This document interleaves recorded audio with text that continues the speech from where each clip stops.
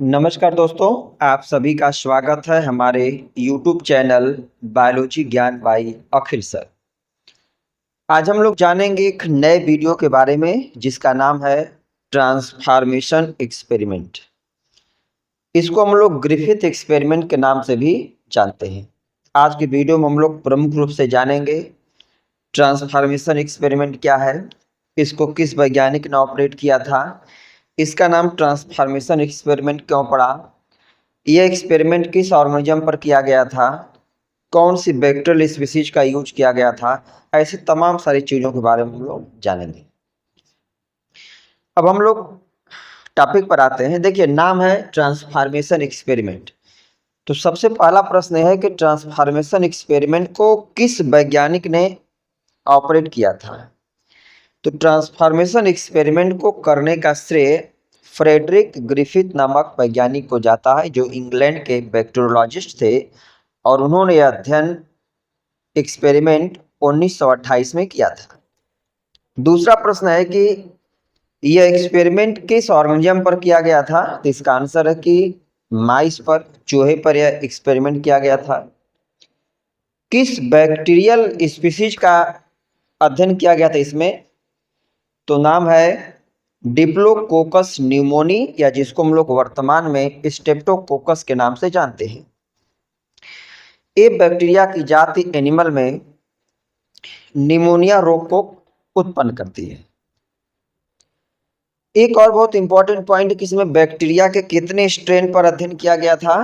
तो diplococcus pneumoniae bacteria के 2 strain पर अध्ययन किया गया था। एक था R second, meaning non virulent था, जो डिजीज को काज, निमोनिया रोग को काज नहीं करता था। आर का मतलब यहाँ पे रफ है, मतलब जिसमें कैप्सूल जनरली क्या था, लैक था। दूसरा एस थर्ड स्ट्रेन है। एस थर्ड मतलब स्मूथ, जिनमें जो कैप्सूल है वह पॉलीसेकेराइड का पाया जाता है, सरफेस स्मूथ है। और एस थर्ड जो स्ट्रेन है वह वायरुलेंट था, मतलब कि एनिमल में निमोनिया रोग को काज करता था। अब हम लोग जानते हैं कि इस एक्सपेरिमेंट की तमाम सारी बातों को एक एक करके, ये आज का वीडियो एग्जाम के दृष्टि से अति महत्वपूर्ण है। और आप लोग देखिए, बहुत इजी टर्म में जितना बेहतरीन ढंग से आप लोगों को आज समझाया गया है, इसके पहले आप लोग इतना बढ़िया, उतने आसान सरल भाषा में इतनी अच्छी व्याख्या नहीं सुने। अब हम लोग एक एक करके टॉपिक पर आते हैं। देखिए, transformation experiment was study by S F. Griffith, bacteriologist थे ऑफ इंग्लैंड इन 1928। मीनिंग कि ट्रांसफॉर्मेशन एक्सपेरिमेंट का अध्ययन इंग्लैंड के बैक्टीरियोलॉजिस्ट एस.एफ. ग्रिफिथ ने 1928 में किया था। He working with bacterium Diplococcus pneumoniae, जिसको हम लोग वर्तमान में स्ट्रेप्टोकोकस के नाम से जानते हैं। तो ये उस दौरान डिप्लोकोकस न्यूमोनी नामक, या जिसको हम लोग वर्तमान में स्ट्रेप्टोकोकस के नाम से जानते हैं बैक्टीरिया को, इस पर इन्होंने यह जो कि अध्ययन कर रहे थे। अध्ययन क्या था कि जो स्पीसीज है बैक्टीरिया की, यह एनिमल में निमोनिया रोग को उत्पन्न करती है। अब ट्रांसफॉर्मेशन को डिफाइन करना हो, मतलब इस ट्रांसफॉर्मेशन एक्सपेरिमेंट का मीनिंग क्या था, ट्रांसफॉर्मेशन क्यों नाम दिया गया। तो बता रहे transformation is the process where a non virulent live bacteria, a bacterial strain, take up genetic factor from dead virulent bacterial strain. Transformation इसलिए इसका नाम दिया ग्रिफिथ साहब ने कि जब इन्होंने अध्ययन किया, अभी हम लोग आगे देखेंगे, तो इन्होंने पाया कि जो बैक्टीरिया के 2 स्ट्रेन थी, आर सेकेंड और एस थर्ड। आर सेकेंड के अंदर पहले ही या जेनेटिकली वायरुलेंसी नहीं थी, और एस थर्ड के अंदर वायरुलेंसी थी। तो जब इन्होंने पहले स्टेप में आर सेकेंड स्ट्रेन को चूहे को इंजेक्ट किया, तो चूहे में डिजीज नहीं उत्पन्न हुई, मतलब चूहा नॉर्मल था। दूसरे स्टेप में इन्होंने एस थर्ड बैक्टीरिया को इंजेक्ट किया चूहे में, तो चूहे में सिम्टम उत्पन्न हुआ और चूहे में जो कि निमोनिया डिजीज उत्पन्न हुई। ये दोनों चीज पहले से पता थी। तीसरे स्टेप में इन्होंने क्या किया कि यस थर्ड स्ट्रेन को 60 डिग्री सेंटीग्रेड तक इसको हीट किया, और जब चूहे में इंजेक्ट किया तो देखा कि चूहे में निमोनिया रोग उत्पन्न नहीं होता, सिम्टम नहीं आया। तो इनको ऐसा लगा कि नहीं, हीट कर देने पर इसके अंदर वायरुलेंसी क्या होगी, खत्म हो गई। इसके बाद उन्होंने चौथे स्टेप में एस थर्ड हीट किल्ड और आर सेकेंड बैक्टीरिया, जिसके अंदर पहले से वायरुलेंसी नहीं थी, दोनों को मिक्स करके जब चूहों में इंजेक्ट किया तो क्या पाया कि तमाम चूहों में सिम्टम निमोनिया रोग का आता है और चूहा जो है कि मर जाते हैं।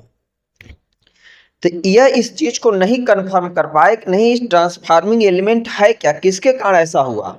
तो इनको ये आइडिया मिला कि नहीं, आर सेकेंड के अंदर पहले से वायरुलेंसी नहीं थी और एस थर्ड के अंदर थी, लेकिन हीट करने के बाद एस थर्ड के अंदर वायरुलेंसी खत्म हो गई। तो जब आर सेकेंड को हीट किल्ड एस थर्ड के साथ मिक्स किया गया तो कुछ ऐसा एलिमेंट है जो एस थर्ड से आर सेकेंड में ट्रांसफर हुआ और आर सेकेंड के अंदर वायरुलेंसी आ गई और वो निमोनिया रोग को काज किया।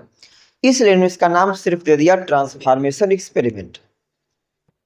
ठीक, अब देखिए, बैक्टीरिया हैज टू स्ट्रेन। इस बैक्टीरिया के दो स्ट्रेन को उन्होंने यूज किया था। एस थर्ड मतलब वायरुलेंट था, वायरुलेंट मतलब डिजीज कॉजिंग, निमोनिया रोग को उत्पन्न करने की इसके अंदर क्षमता थी। ठीक है, एस मतलब स्मूथ है, कंटेन पॉलीसेकेराइड कैप्सूल, इसमें कैप्सूल पॉलीसेकेराइड का म्यूकस का बना था। दूसरा आर सेकेंड, इसके अंदर पहले से नॉन वायरुलेंट मतलब एक पहले से इस स्ट्रेन के अंदर डिजीज उत्पन्न करने की क्षमता नहीं थी और ये रफ सरफेस था और इसमें कैप्सूल एब्सेंट था। अब देखिए जो मेन 4 स्टेप है ग्रिफिथ एक्सपेरिमेंट का, तो पहले स्टेप में क्या हुआ, R second strain inject to mice. R second strain जो पहले से इनको पता था कि डिजीज कॉज नहीं करता है, चूहे में इंजेक्ट किया, नो सिम्टम मतलब चूहे में निमोनिया रोग उत्पन्न नहीं हुआ। दूसरे स्टेप में यस थर्ड स्ट्रेन को इन्होंने इंजेक्ट किया चूहे में, इनको पता था, तो इसमें क्या हुआ कि चूहे में डिजीज अपीयर हुई मतलब निमोनिया रोग हुआ, चूहा मर गया। तीसरे स्टेप में इन्होंने क्या किया कि एस थर्ड स्ट्रेन को हीट किल कर दिया।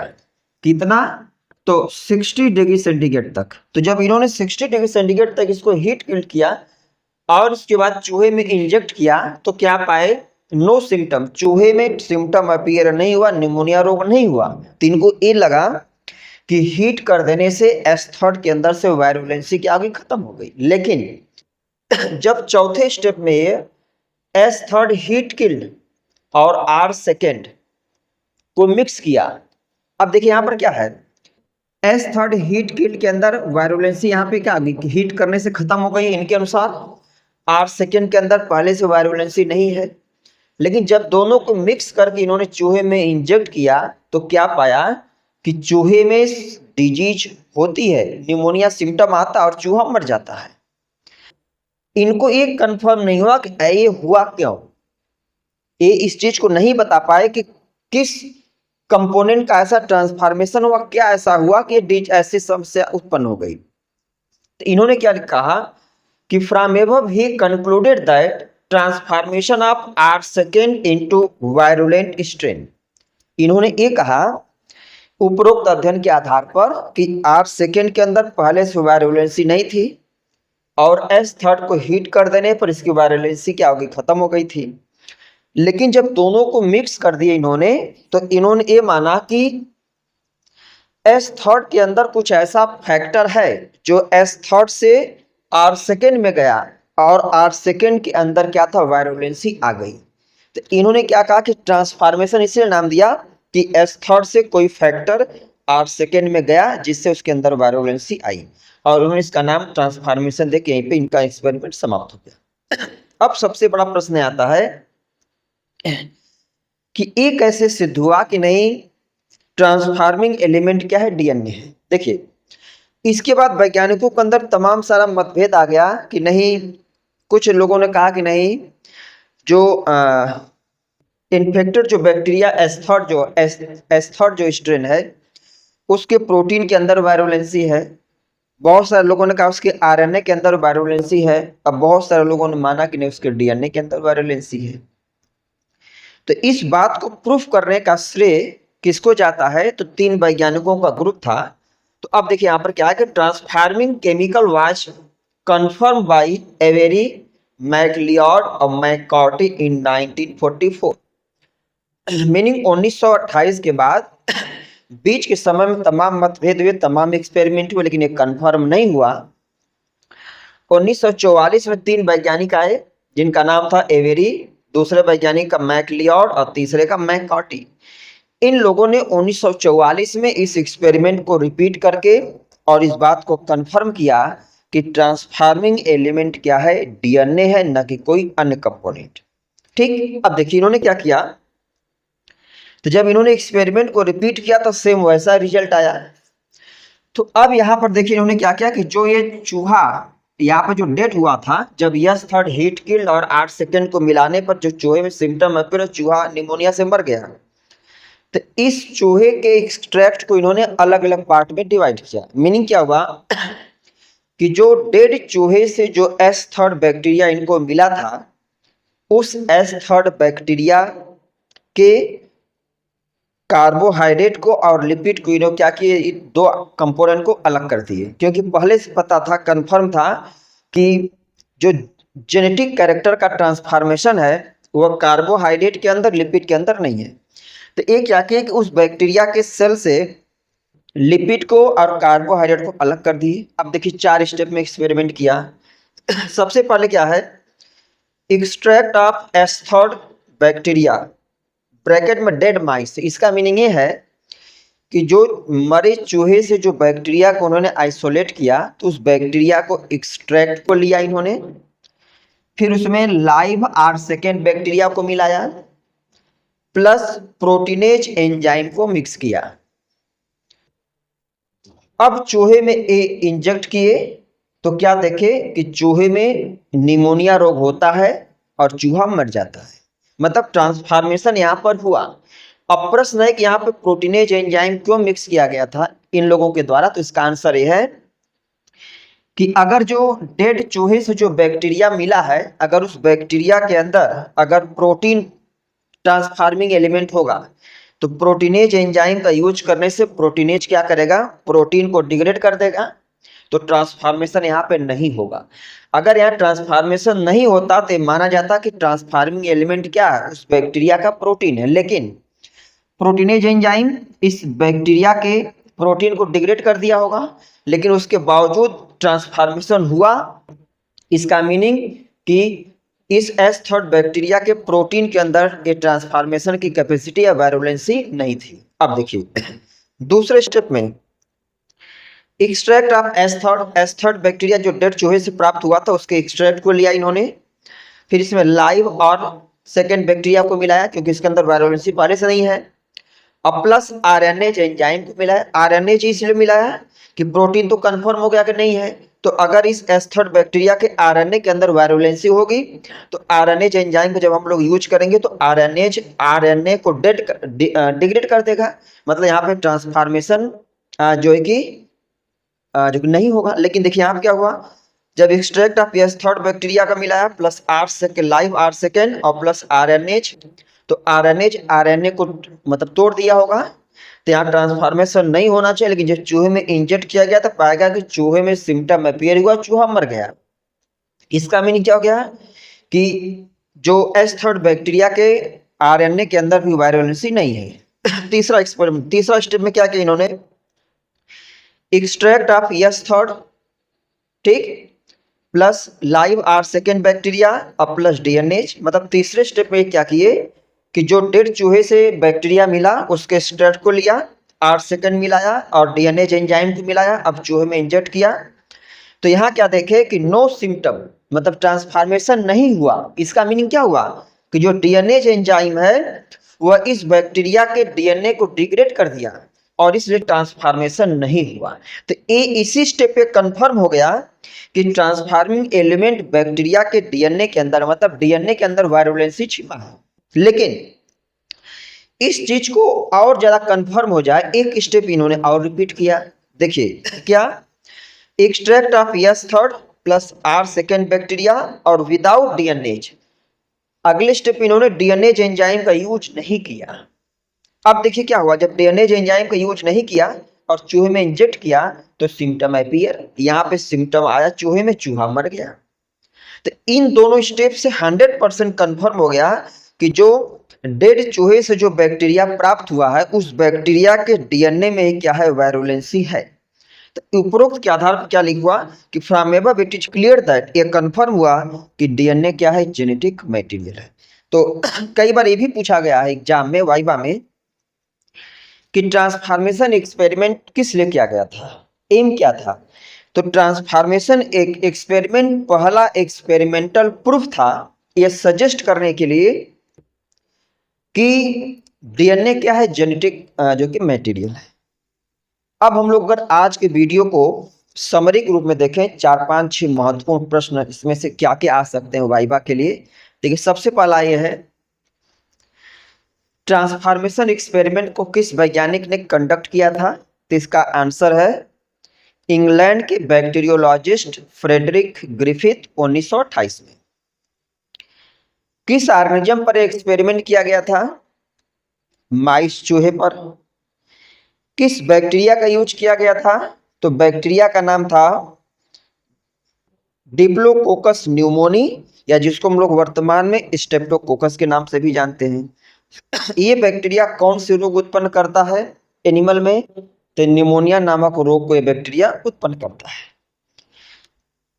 ग्रिफिथ ने इसका नाम ट्रांसफॉर्मेशन क्यों रखा, तो उसका आंसर ये है कि इन्होंने 4 स्टेप में जो एक्सपेरिमेंट किया, तो चौथे स्टेप के आधार पर इनको ये लगा कि R सेकेंड के अंदर पहले से वायरुलेंसी नहीं थी और S थर्ड के अंदर वायरुलेंसी थी, लेकिन S थर्ड को हीट कर देने पर उसकी वायरुलेंसी खत्म हो जाती है। लेकिन जब S थर्ड हीट किल्ड को R सेकेंड को मिक्स करके चूहे में इंजेक्ट किया जाता है, तो चूहे के अंदर रोग उत्पन्न हो जाता है। इसका मतलब ये हुआ कि S थर्ड के अंदर ऐसा कोई एलिमेंट है जो S थर्ड से निकल करके R सेकेंड में गया, या R सेकेंड रिसीव किया कोई ऐसा फैक्टर, और जिससे R सेकेंड के अंदर वायरुलेंसी आई और चूहे में निमोनिया रोग उत्पन्न हुआ और चूहा जो है कि मर गया। अब इस चीज को कंफर्म किन लोगों ने किया, तो 3 वैज्ञानिक थे, एवेरी, मैककार्टी, मैकलियोड। 3 वैज्ञानिकों ने 1944 में कंफर्म किया कि ट्रांसफार्मिंग एलिमेंट क्या है, डीएनए है, न कि आरएनए या फिर प्रोटीन। इसके लिए इन्होंने क्या किया, देखिए बहुत सिंपल 4 स्टेप है। इन्होंने जो चूहा मरा, मरे हुए चूहे से S थर्ड बैक्टीरिया को अलग किया, उस बैक्टीरिया से कार्बोहाइड्रेट को और लिपिड को अलग कर दिया, क्योंकि पहले से कंफर्म था कि यह अनुवांशिक पदार्थ नहीं हो सकता है। अब बाकी जो बचा कंपोनेंट था S थर्ड बैक्टीरिया का, उसमें इन्होंने R सेकेंड बैक्टीरिया को मिलाया और पहले प्रोटीनेज एंजाइम मिलाया और चूहे में इंजेक्ट किया, तो देखा कि चूहे में रोग उत्पन्न हुआ। इसका मतलब प्रोटीनेज क्या करेगा, प्रोटीन को डिग्रेड करेगा। मतलब कि अगर प्रोटीन अनुवांशिक पदार्थ होता तो सिम्टम अपीयर नहीं होता, सिम्टम अपीयर हुआ मतलब प्रोटीन अनुवांशिक पदार्थ नहीं है। दूसरे स्टेप में इन्होंने S थर्ड बैक्टीरिया के एक्सट्रैक्ट को लिया, उसमें R सेकेंड बैक्टीरिया मिलाया, आरएनए एंजाइम को मिलाया और जब इंजेक्ट किया चूहे में, तो चूहे में रोग उत्पन्न हुआ। मीनिंग क्या हुआ कि आरएनए भी क्या है, अनुवांशिक पदार्थ नहीं है। तीसरे स्टेप में S थर्ड बैक्टीरिया के एक्सट्रैक्ट को लिया, R सेकेंड मिलाया और डीएनए एंजाइम को मिलाया और चूहे में इंजेक्ट किया, तो देखा कि सिम्टम चूहे में नहीं आता, मतलब कि चूहे में रोग उत्पन्न नहीं हुआ। तो यही कंफर्म हो गया कि अनुवांशिक पदार्थ क्या है, डीएनए, मतलब डीएनए के अंदर ही वायरुलेंसी है। लेकिन एक स्टेप इन्होंने और रिपीट किया, S थर्ड बैक्टीरिया के एक्सट्रैक्ट को लिया, उसमें R सेकेंड मिलाया और बिना डीएनए एंजाइम के इसको मिलाए चूहे को इंजेक्ट कर दिया, तो क्या पाया कि चूहे में रोग उत्पन्न हो जाता है। इसका मतलब एक कंफर्म हो गया कि वायरुलेंसी बैक्टीरिया के डीएनए में है। इसका मतलब क्या है, डीएनए जेनेटिक मटेरियल है। ठीक, तो एक किस लिए एक्सपेरिमेंट किया गया था, तो इसलिए किया गया था कि ये सजेस्ट करने के लिए कि अनुवांशिक पदार्थ क्या होता है, डीएनए होता है। ट्रांसफार्मिंग एलिमेंट को प्रूफ किसने किया था, ये पूछा जाएगा तो हम लोग बताएंगे एवेरी, मैकलियोड, मैककार्टी नामक वैज्ञानिक ने 1944 में एक्सपेरिमेंट करके प्रूफ किया कि ट्रांसफार्मिंग एलिमेंट क्या है, डीएनए है, न कि प्रोटीन या फिर कोई अन्य फैक्टर। तो ये था दोस्तों आज का वीडियो। आप लोग कंसंट्रेट होकर के वीडियो को देखिएगा, निश्चित रूप से आप लोगों को समझ में आएगा और बहुत इंपॉर्टेंट भी है। अगर आप लोग हमारे चैनल पर नए हैं या अभी तक हमारे चैनल को सब्सक्राइब नहीं किए हैं, तो हमारे चैनल को सब्सक्राइब करिए, कमेंट करिए, अधिक से अधिक शेयर करिए, जिससे क्या हो, हमें एक फीडबैक मिलता रहे और हम ऐसे ही आप लोगों के लिए सरल से सरल भाषा में वीडियो बनाते रहें। धन्यवाद।